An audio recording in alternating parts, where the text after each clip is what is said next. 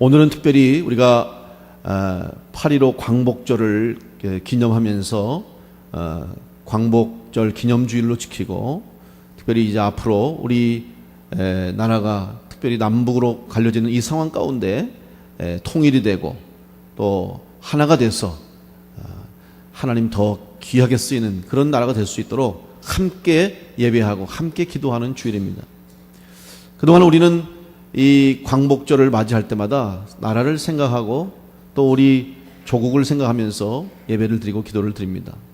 역사 속에서 이 광복절이라고 하는 것, 말 그대로 다시 빛을 찾은 날입니다. 빛을 잊어버리고 어둠 속에서 소망 없이 희망 없이 일제의 압제와 핍박 속에서 나라를 잃어버리고 신음했던 우리나라에 광복을 통해서 다시 새 희망의 빛이 비추어졌습니다. 그래서 이제 다시 우리가 독립했고 또 자주권을 확립했고 이제 잘 살게 되었다고 희망을 갖고 기쁨의 노래를 불렀습니다.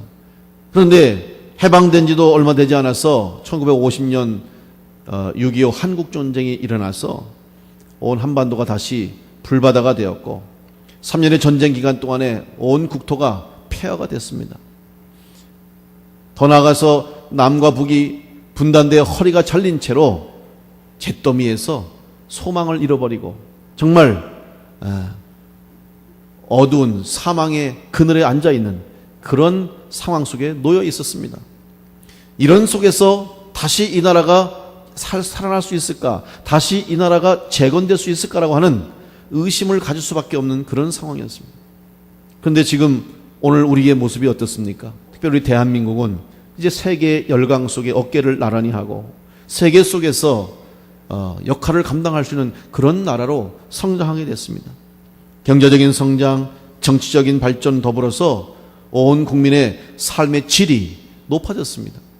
그런데도 불구하고 오늘 우리 대한민국 국민, 아니 오늘 이 자리에 예배한 여러분의 삶 속에, 여러분의 마음 속에 과연 행복이 넘치고 감사와 기쁨이 넘치고 만족감이 넘치고 삶의 기쁨이 충만합니까?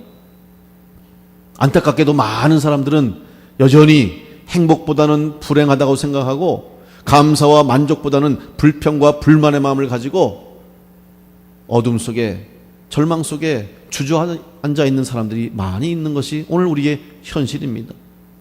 비록 나라는 잘 살게 되었고 국민적인 삶의 질은 높아지고 먹고 사는 문제가 더 나아지고 좋아졌다 할지라도 왜 우리의 삶 속에는 여전히 해결되지 못하는 문제, 또 여전히 우리를 짓누르는 어둠의 세력들이 있다고 하는 것을 우리가 볼 때에 다시 한번 우리 삶 속에, 우리의 신앙 속에, 이 나라 속에 하나님이 주시는 은혜의 빛이 비추어야 할 것입니다.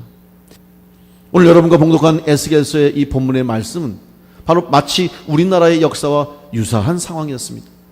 유대 백성들이 하나님 앞에 범죄함으로 하나님의 징벌을 받아서 바벨론에게 나라를 잃고 말았습니다.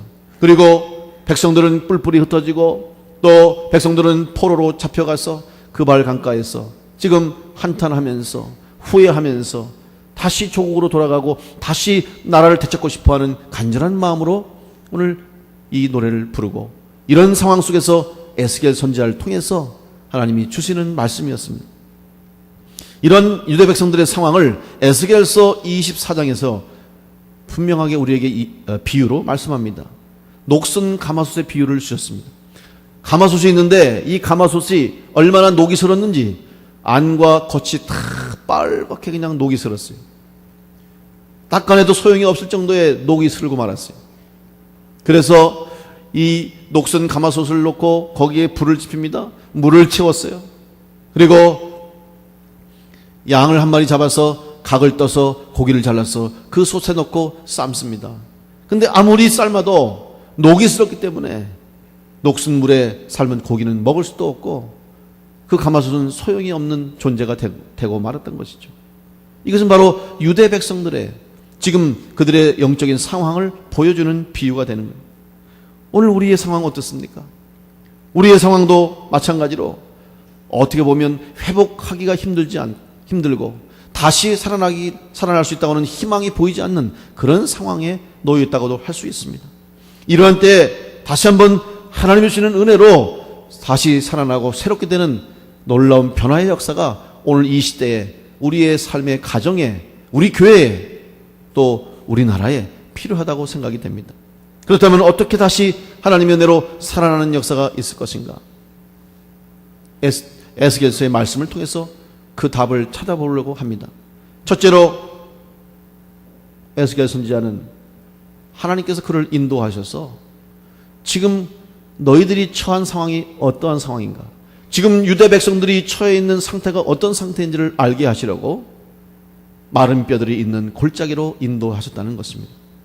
이것은 지금 내가 서 있는 것을 바로 보라고 하는 하나님의 뜻이었습니다.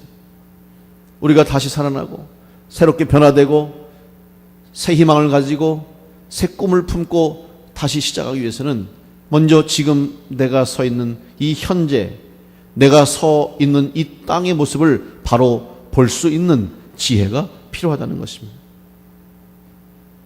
백성들은 방향을 잃었습니다. 의지할 사람도 없습니다. 그들의 마음도 둘 곳이 없습니다.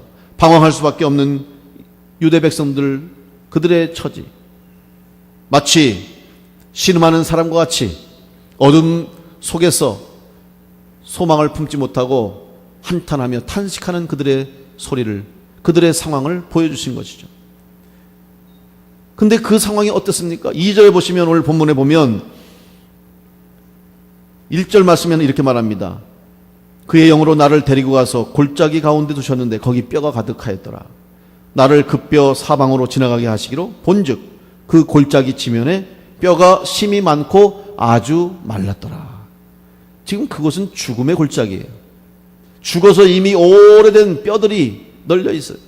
뼈들로 가득했어요. 근데 그 뼈가 얼마나 오래되었는지 말랐고 아주 말랐더라 그랬어요. 더 이상 그곳에는 생명이 없는 겁니다. 살아있는 존재가 없는 곳이에요. 그 죽음의 자리로 오늘 에스겔을 인도하셨다는 것. 지금 유대 백성들이 영적으로 죽어 있다는 것을 말씀하고 있는 것입니다. 오늘 여러분, 우리의 현실을 바르게 볼 수 있는 지혜가 필요합니다. 현실만을 바라보라는 말이 아닙니다. 먼저 현실을 인식해야 그 다음 희망을 볼 수 있고 그 다음 목표를 향해 나갈 수가 있죠. 흔히 현실과 동떨어진 삶을 사는 사람, 우리가 이상주의자다 그렇게 말을 하죠. 여러분, 이상이 얼마나 좋습니까? 꿈이 있어야 되고 희망이 있어야 되고 큰 이상을 품어야 그 민족과 그 나라와 그 사람이 소망이 있는 거예요. 꿈을 품지 않고 희망을 갖지 않고 이상을 잃어버리면 그 나라와 그 민족과 그 백성들은 죽습니다. 그런데 왜 이상주의자라고 말하냐? 그것은 꿈만 꾸고 있다는 것입니다. 희망은 있고 꿈은 있고 이상은 품었는데 현실에서는 아무런 변화가 없다는 거예요. 다시 말하면 현실은 보지 않고 지금 내가 주어진 현실의 상황은, 현실의 문제는 깨닫지 못하면서 꿈만 꾸고 있는 사람, 말 그대로 꿈만 꾸다가 끝나는 인생이 될 수밖에 없는 거예요. 꿈을 품었다면, 희망을 가졌다면, 소망을 가지고 이상을 가졌다면 그 꿈과 이상을 실현하기 위해서, 이루기 위해서 지금 현실, 이 현재 내가 무엇을 할 것인가를 알아야 된다는 말씀이죠. 오늘 우리 학생들 함께 예배하는데 우리 학생들도 꿈이 있을 거예요. 여러분 다 꿈을 가졌어요. 내가 앞으로 커서 어떤 사람이 되고 앞으로 내가 어떤 삶을 살 것이며 어떤 일을 통해서 내가 많은 사람들을 위해서 이런 일을 하겠다고 하는 구체적인 꿈을 가져야 되는데, 여러분 꿈을 실현하기 위해서 뭘 해야 되겠어요? 예를 들면 어떤 학생이 군인이 되는 게 꿈이라면 무엇을 해야 되겠습니까? 내가 군인이 돼야 되니까 지금부터 총 쏘는 훈련을 해야지. 지금부터 훈련해야지. 산으로 들러다니면서 매일 군인처럼 훈련하고 군인처럼 다니면서 군인처럼 옷을 입고 군인처럼 행동한다고 해서 군인이 되는 게 아니잖아요. 군인이 되기 위해서는 지금 준비해야 되는 거예요. 학생의 시절에는 학업에 최선을 다하고 바른 인격으로 성장하고 바른 인성을 가지고, 그래서 바르게 건강하게 자라면서 준비가 되었을 때 나중에 이제 점점 전문적으로 내가 하고자 하는 일을 위해서 훈련받고 그 일을 위해서 교육받을 수 있는 기회가 주어지는 거예요. 마찬가지 아닙니까? 여러분이 지금 꿈을 품고 있고 여러분이 가진 소망과 희망이 있다면 그것을 이루기 위해서 지금 내가 해야 할 일이 무엇인가를 바로 볼 수 있어야 됩니다. 조금 더 구체적으로 말씀드리면 지금 나에게 있는 문제가 무엇인가를 아는 것이 필요하다는 거예요. 문제를 문제로 알지 못하는 것이 가장 큰 문제다 하는 말이 있는 것처럼 문제가 무엇인지 모르는 사람은 나아질 수가 없는 것입니다. 이것이 잘못되어 있다는 것을 알 때에 그 잘못이 고쳐질 수가 있는 것이죠. 오늘 우리가 살아가는 이 세상 어떤 문제가 있는지 우리가 알아야 됩니다. 영적으로 어떠한 상황에 놓여 있는지, 지금 우리를 유혹하는 악한 영들의 세계가 얼마나 넓혀져 가고 있는지, 또 우리를 유혹하고 미혹하고 성도를 시험하는 마귀와 사단들의 역사가 얼마나 강한지, 또 어떠한 방법들을 통해서 우리의 자녀들을 시험 들게 하고 우리의 영을 무너뜨리게 하는지, 이런 것들을 바로 알 때 우리가 여기에 대처할 수 있고 이런 시험으로부터 이길 수가 있는 것입니다. 여러분, 먼저 우리의 삶의 자리, 여러분이 문제 여러분이 아실 거 아닙니까?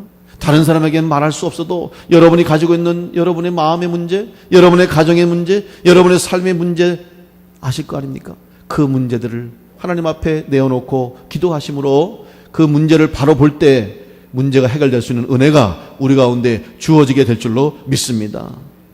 먼저 우리의 약함을 여러분 고백하시고 인정하시고 나의 문제를 바르게 알고 깨달아 약한 모습 가지고 우리의 추한 모습 가지고 주님 앞에 나올 때에 주님께서 그 문제를 해결해 주시고 또 우리가 가지고 있는 아픔을 치료해 주시고 우리가 감당할 수 없는 시험을 이기게 하는 능력을 주실 줄로 믿습니다.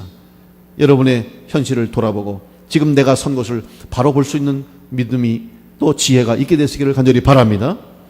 두 번째는 현실을 파악했고 현실을 알았으면 그 다음은 어떻게 할 것인가. 그 자리에 머물러 있으면 안 됩니다. 그 자리에 그냥 있으면 안 돼요. 앞으로 나갈 곳을 바라보아야 됩니다. 비록 내가 서 있는 땅은 여전히 죽음이 있는 땅이고 여전히 마른 뼈들이 있는 땅이고 내가 서 있는 곳은 여전히 어둠이 가득하고 당장 달라진 것이 없습니다. 당장 오늘 내일 눈앞에 보이는 것이 없다 할지라도 믿음을 가지고 하나님을 의지하고 하나님을 바라봄으로 소망을 품고 나갈 것을 바라볼 때 그때부터 새로운 생명의 역사, 살아나는 역사가 우리 가운데 있게 될 줄로 믿습니다. 에스겔 선지자, 하나님이 에스겔을 마른 뼈들이 가득한 골짜기로 그를 인도했습니다. 그리고 그에게 묻습니다. 3절 말씀 보면 인자야 이 뼈들이 능히 살 수 있겠느냐 이렇게 물으셨어요. 여러분 대답을 뭐라고 해야 됩니까? 이 마른 뼈들 아주 마른 것도 아주 오래돼서 말라 비틀어진 이 뼈들이 다시 살 수 있겠느냐? 그러면 정답이 뭡니까? 못 삽니다. 이렇게 마를라 죽은 지 오래된 뼈들이 어떻게 살 수 있겠습니까? 못 삽니다. 이게 정답이고 이게 다 상식적인 대답이죠. 그런데 에스겔의 대답이 무엇입니까? 내가 대답하되 주 여호와여 주께서 아시나이다. 여러분 이게 무슨 의미입니까? 에스겔도 답은 알고 있어요. 살 수가 없는 거예요. 생명력을 잃어버린 지 오래된 이 마른 뼈들을 다시 살 수가 없는 걸 알아요. 그런데 에스겔의 대답은 무엇입니까? 하나님, 마른 뼈들이 다시 살 수는 없습니다. 이 뼈들이 다시 생명을 가질 수는 없습니다. 그러나 하나님이 하실 수 있으면, 하나님이 하시면 능히 하실 수 있습니다. 결국 하나님께서 하실 수 있고 하나님이 해답입니다. 주께서 아시나이다. 이런 대답을 했던 거예요. 이것은 바로 믿음의 눈으로 바라보는, 믿음의 시선으로 바라볼 때 이 대답을 할 수가 있는 겁니다. 오늘 여러분이 이 믿음의 대답을 할 수 있게 되시기를 간절히 축원합니다.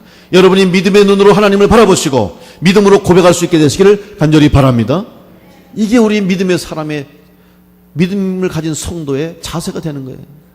현실적으로만 보고 문제만 보고 이거 안 됩니다, 못합니다가 아니라 비록 내가 해결할 수 없어도, 비록 이 현실은 이렇게 암담하고 어두워도 하나님이 하시면 변화시킬 수 있고 하나님이 하시면 죽은 것도 살릴 수 있을 줄 믿고 주님이 아십니다, 하나님만 의지하겠습니다라고 고백했던 것입니다. 오늘 여러분의 삶의 문제, 답을 찾지 못하고 방법을 알지 못하고 방향을 정하지 못해서 고민하고 괴로워하십니까? 그때 현실만 바라보지 마시고 문제만 바라보지 마시고 하나님을 바라볼 수 있는 믿음의 성도들이 되시기를 간절히 축원합니다. 그러면 믿음으로 하나님을 바라본다는 것은 무슨 의미입니까? 이것은 믿음으로 하나님께 맡기고 기도하는 것을 의미하는 거예요. 여러분, 하나님께 나오는 것은 이미 하나님과의 관계가 만들어진 것입니다. 하나님과의 교제의 관계가 우리에게 주어진 거예요. 우리 혼자가 아니고, 나 혼자가 아니고 바로 하나님과 연결된 존재로서 우리는 기도할 수 있는 거예요. 여러분, 기도는 뭐예요? 기도는 옛날에 다 이루어진 것, 옛날에 된 것을 놓고 기도하지 않잖아요. 여러분, 기도할 때 어때요? 이거 해주세요, 이렇게 되게 해주세요, 이렇게 되기를 원합니다, 앞일을 얘기하지 않습니까? 여러분, 기도하실 때 다 앞으로 다가올 일들, 또 앞으로 내 삶, 우리 인생, 또 앞으로 하나님이 하실 일들, 이런 것에 대해서 기도하지, 옛날에 이랬습니다, 옛날에 이렇게 됐죠, 그렇게 기도하지 않잖아요. 여러분, 과거에 머물러서는 안 됩니다. 또 현재의 문제 안에 파묻혀 있어서는 안 돼요. 앞으로 나갈 길을 보고, 앞으로 해야 할 일을 바라보고 믿음으로 그것을 바라보는 성도가 되어야 할 줄로 믿습니다. 바로 그것이 기도입니다. 우리 민족, 우리나라, 우리 백성들, 우리 국민들이 지금 이 시대에 많은 사람들이 만족을 얻지 못하고 스스로 불행하다고 생각하고 삶의 의미를 찾지 못하는 이때에 어떻게 희망을 줄 수 있습니까? 그들에게 어떻게 삶의 가치를 느끼게 해주겠습니까? 바로 기도함으로 하나님과 하나 될 때, 하나님과 연결되어 있고 나는 하나님의 자녀이고 하나님 나의 아버지시고 하나님 나의 목자가 되어주심을 믿을 때에 그 사람에게 다시 희망이 생기고 소망이 생기고 삶의 의욕이 생기게 되는 것입니다. 먼저 여러분, 우리 믿는 성도들이 기도함으로 하나님을 향한 믿음의 눈을 가지고 이 세상을 바라보아서 하나님이 역사하실 그 역사를 미리 바라보는 믿음의 눈을 가지시고 영안이 열려져서 여러분 통해서 다시 하나님이 새롭게 하시고 살리시는 놀라운 축복의 역사가 있게 되시기를 간절히 축원합니다. 하나님은 성도들의 기도를 통해서 역사하십니다. 하나님은 성도들이 기도할 때 일하시고 성도들이 기도할 때 하나님이 움직이십니다. 우리는 기도하지만 하나님은 들으시고 하나님이 손길로 움직여주고 계심을 믿으시고 여러분, 기도하는 믿음의 성도들 되시기를 간절히 축원합니다. 에스더와 모르드게가 하만의 음모에 의해서 유대민족들이 다 몰살당할 위기에 처했을 때 에스더가 죽으면 죽으리이다, 하나님 의지하고 왕 앞에 나가서 이제 그 위기를 모면할 기회를 얻었습니다. 그때에 에스더와 모르드게와 온 유대 백성들이 3일 동안 금식하면서 한 마음으로 기도했습니다. 한 마음으로 하나님을 의지했습니다. 그때 절망 속에 있던 유대 민족들, 죽음이 눈앞에 다가온 그들의 현실이 바뀌어져서 하만이 창대에 매달리고 온 유대 백성들은 다시 삶을 얻게 되고 모르드게는 다시 존귀한 자로 세움받는 역사가 나타나게 되었던 것입니다. 기도하는 백성, 기도하는 사람, 기도하는 가정, 기도하는 교회를 하나님이 세우시고 하나님이 붙들어 주시고 하나님이 살려주실 줄로 믿습니다. 여러분, 기도하심으로 날마다 살아나는 성도들의 삶이 되시기를 간절히 축원합니다. 세 번째로, 오늘 우리가 다시 살아나는 역사를 경험하기 위해서는 현실을 인식하고 현재의 문제를 바라볼 뿐만 아니라 믿음을 가지고 하나님이 주시는 소망을 바라볼 뿐만 아니라 이제 믿음 속에서 다시 한번 하나님의 말씀에 순종하고 하나님의 일을 감당해야 합니다. 하나님께서 에스겔에게 말씀하셨습니다. 이제 주께서 아시나이다 라고 대답한 에스겔의 답을 들으신 후에 하나님이 에스겔에게 명령하시기를 4절 말씀에 내게 이르시되 너는 이 모든 뼈에게 대언하여 이르기를 너희 마른 뼈들아 여호와의 말씀을 들을지어다. 하나님께서 에스겔에게 사명을 하나 주셨다는 거예요. 할 일을 주셨다는 거예요. 뼈들에게 대해서 대언하라는 거예요. 다시 살아나라. 에스겔이 생각해 보니까 이거는 상식이 아닙니다. 그리고 그렇게 말한 듯 저 뼈들이 살아날까? 만약에 이런 생각을 가졌다면, 이런 의심을 가졌다면 그 말에 순종하지 않았을지도 모르겠습니다. 그리고 그렇게 한들 무슨 의미가 있을까 생각하고 아무런 일도 하지 않았을 거예요. 그러나 에스겔에게는 믿음이 있었고 또 이것은 하나님의 명령이라는 것을 알았기 때문에 명령대로 순종한 거예요. 에스겔이 한 것이라고는 하나님이 하라는 대로 순종한 것밖에 없어요. 하나님이 이렇게 말했죠. 이 뼈들에게 대언해라. 여러분, 대언은 뭐예요? 대신 말하라는 거예요. 하나님이 하실 수 있는 말씀이지만 그걸 에스겔을 통해서 말을 전하라는 거죠. 그러니까 에스겔은 중간에 뭐예요? 하나님이 시키는 대로 그대로 했던 거예요. 자기가 한 것이 아닙니다. 자기 말을 말한 것이 아니고 자기의 생각을 말한 것이 아니고 자기의 뜻과 의지를 전한 것이 아니라 하나님의 뜻을, 하나님의 말씀을 그대로 전한 것밖에 없어요. 근데 에스겔이 그렇게 하나님 말씀을 그대로 전할 때 그 속에서 기적이 나타나고 역사가 나타났던 거예요. 오늘 여러분 우리가 할 일이 무엇입니까? 하나님이 하시고자 하는 대로, 하나님이 쓰시고자 하는 대로 쓰임받는 일이 바로 오늘 우리 성도의 사명인 줄로 믿습니다. 여러분의 마음속에 혹시 하나님이 감동 주십니까? 아무개야, 이런 일을 해라. 너 교회를 위해서 이걸 봉사하고, 교회를 위해서 이렇게 충성하고, 하나님을 위해서, 주의 일을 위해서 이렇게 하라. 여러분 마음에 감동이 오실 때가 있을 거예요. 또 마음에 하나님이 감동 감화를 주시고 어떤 일을 하게끔 여러분의 마음속에 생각을 하나님이 움직이실 때가 있어요. 그래서 이거 하고 싶다, 이거 꼭 하고 싶은데, 그런 마음이 있을 거예요. 여러분 그때 어떤 생각들 하세요?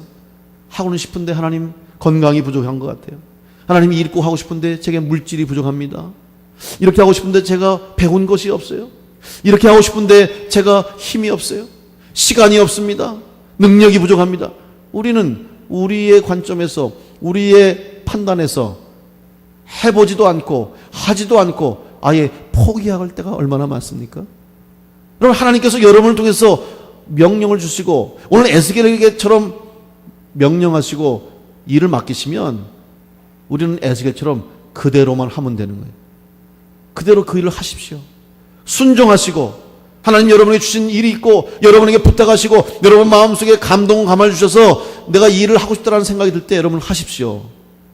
하나님이 책임져 주시는 거예요. 물질이 부족하십니까? 하나님이 그 일을 이루시고자 하면 여러분에게 물질을 채워주실 줄로 믿습니다. 건강이 부족합니까? 여러분이 그 일을 하시고자 할 때 하나님이 건강을 허락해 주실 줄 믿습니다. 지혜가 부족합니까?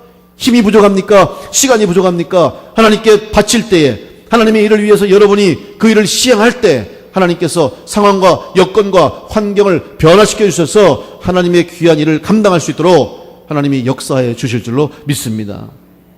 이게 우리의 간증이고 이것이 우리의 고백이 될 수 있는 거예요.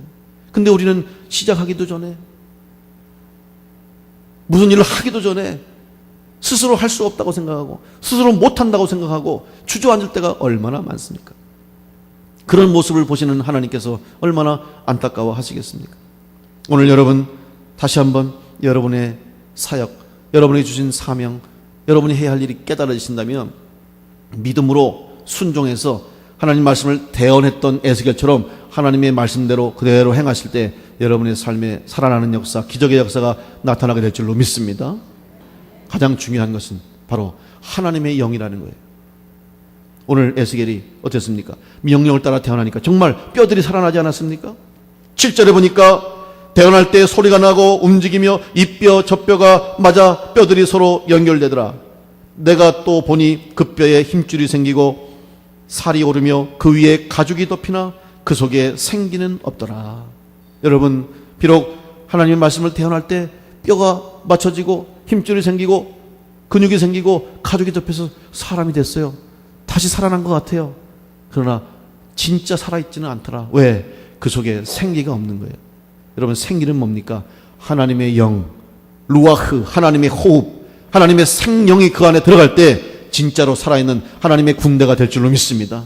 오늘 우리의 삶에도, 우리의 육신에도 여러분 하나님의 영이 우리 가운데 임해야 우리가 살아있는 하나님의 백성이 되는 줄 믿으시고, 여러분 살아있는 영이 되어서 살아있는 하나님의 군대가 되어서 이 시대를 이끌어가고 이 어두운 시대에 어둠을 물리치고 다시 죽음을 몰아내고 새 생명을 불어넣어 다시 살아나게 하시는 하나님의 역사를 이루어가는 우리 믿음의 성도들, 우리 충주남부교회와 온 성도들이 되시기를 간절히 축원합니다.